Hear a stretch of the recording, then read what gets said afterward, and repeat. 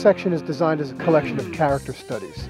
Each piece brings together a player's most identifiable trademarks in the context of a vamp associated with that musician.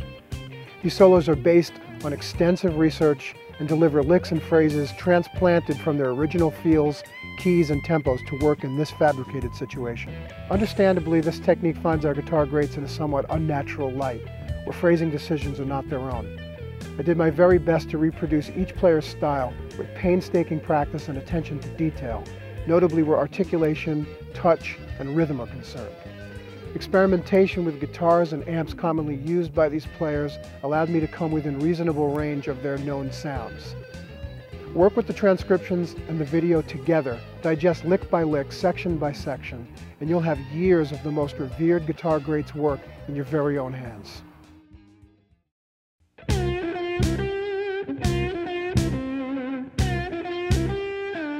The Allman Brothers Band is an American institution with a long history dating back to their 1969 debut.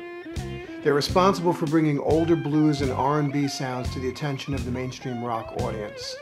In addition to summoning blues and country to the foundation of blues rock, the band has been called the principal architects of Southern rock, while spearheading a movement towards full band improvisations and instrumentals.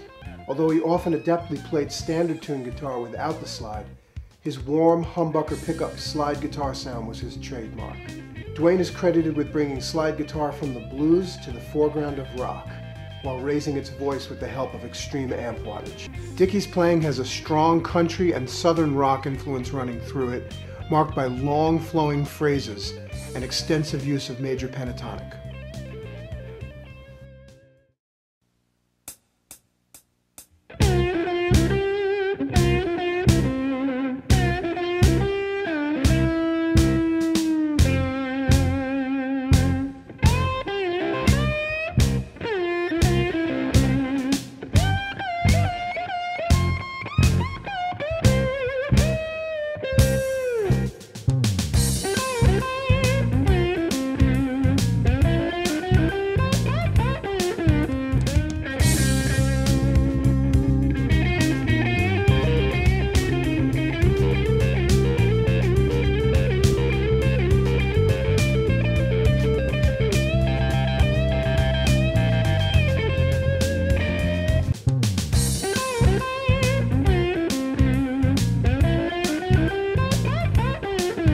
On to the second chorus.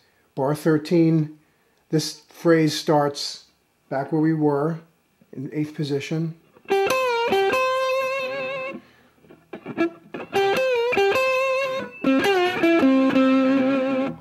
All right, let's do that one more time. All right, we're going to slow it down.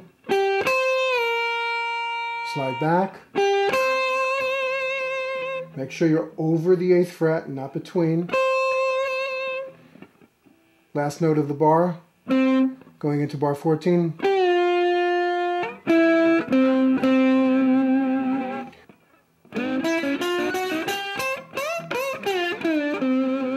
All right, now let's break that down. Again, the chromatic lick up. Slide up to the major third, and then back down to the root, back down to a D, and the root. Shifting up.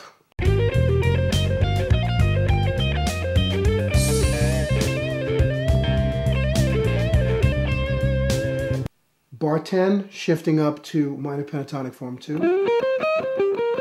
Once again. And this time, the low access note is G, and we'll play it slow. To B2, the access note becomes C.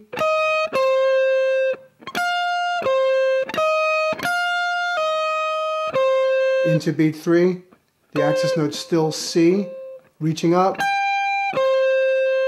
Another pull off from F to E flat. So before we shift at the end of this bar, one more time it's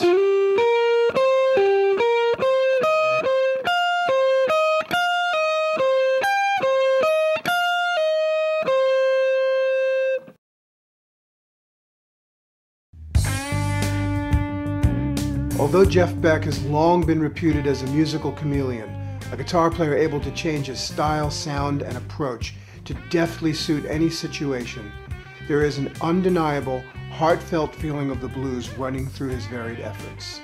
The Jeff Beck Group, which included Rod Stewart and Ron Wood, was formed in 1967, and the albums Truth and Beck-Ola spearheaded the attack of British blues rock.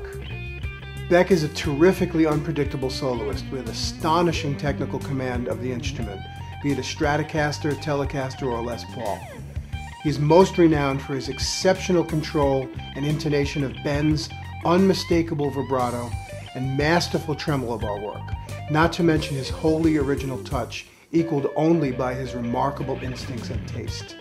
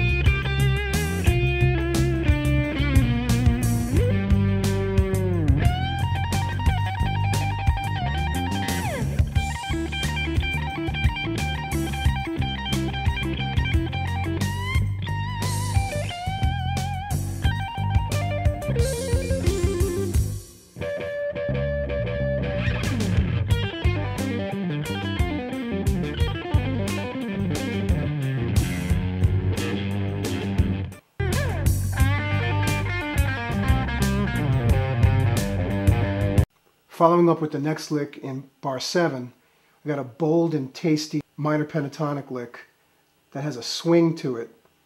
And I'm going to play it up to tempo first, and then we'll break it down.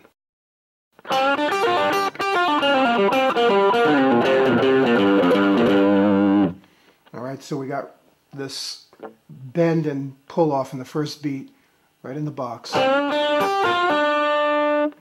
Next beat, blues scale note, D flat,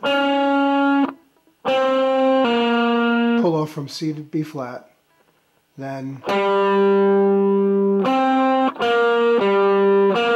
respectively, and then D slid down to C, pull off to B flat, which takes us out of the form 1 position and down to form 5.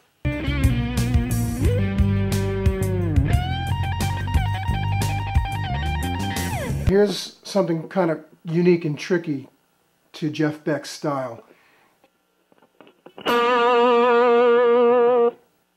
Come off of it real quick with a slide, all the way up to form 1 again in 15th position in octave higher, like this. Right to an open string, right to G. I'm just going to hit the B flat here for a moment, like that, and then we're going to dive. Alright, the next Beckism in bar 19, something that Jeff is known for. It's very fast finger picking. And you'll see on the right hand, I'm using the thumb and index. You could use whatever's comfortable for you, but you want to get it going as fast as you can. Sounds like this.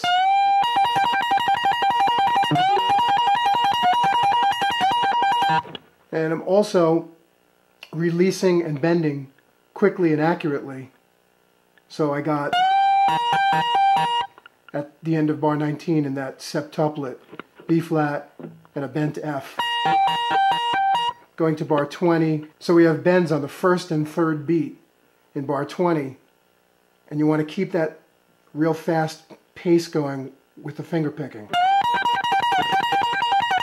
And it's going to come off with a slide off of the high B flat.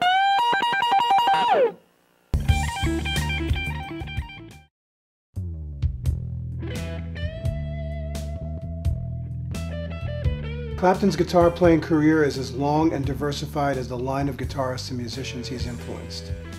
Like Jeff Beck, he was fortunate to come to prominence at an early age with the Yardbirds, while also in awe of American blues. More than a blues buff, Eric was a self-professed blues snob. This attitude of his formative years had kept the blues close to his heart, despite the many stages his musical life has seen. As featured guitarist with John Mayall's Blues Breakers and shortly afterwards the guitar-playing third of the guitar-driven supergroup Cream, Eric Clapton is unquestionably a founding father of the blues rock genre.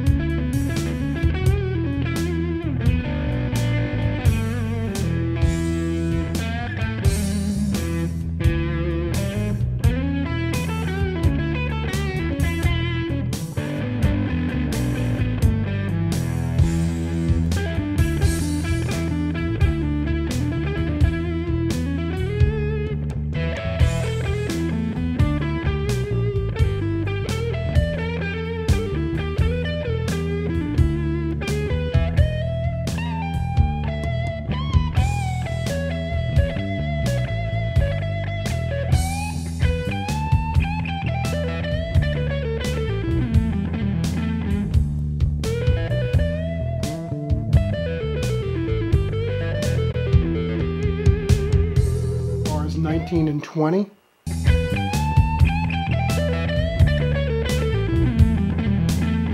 Next phrase, back to minor pentatonic, form 1, right in the box. We have a very hot lick here.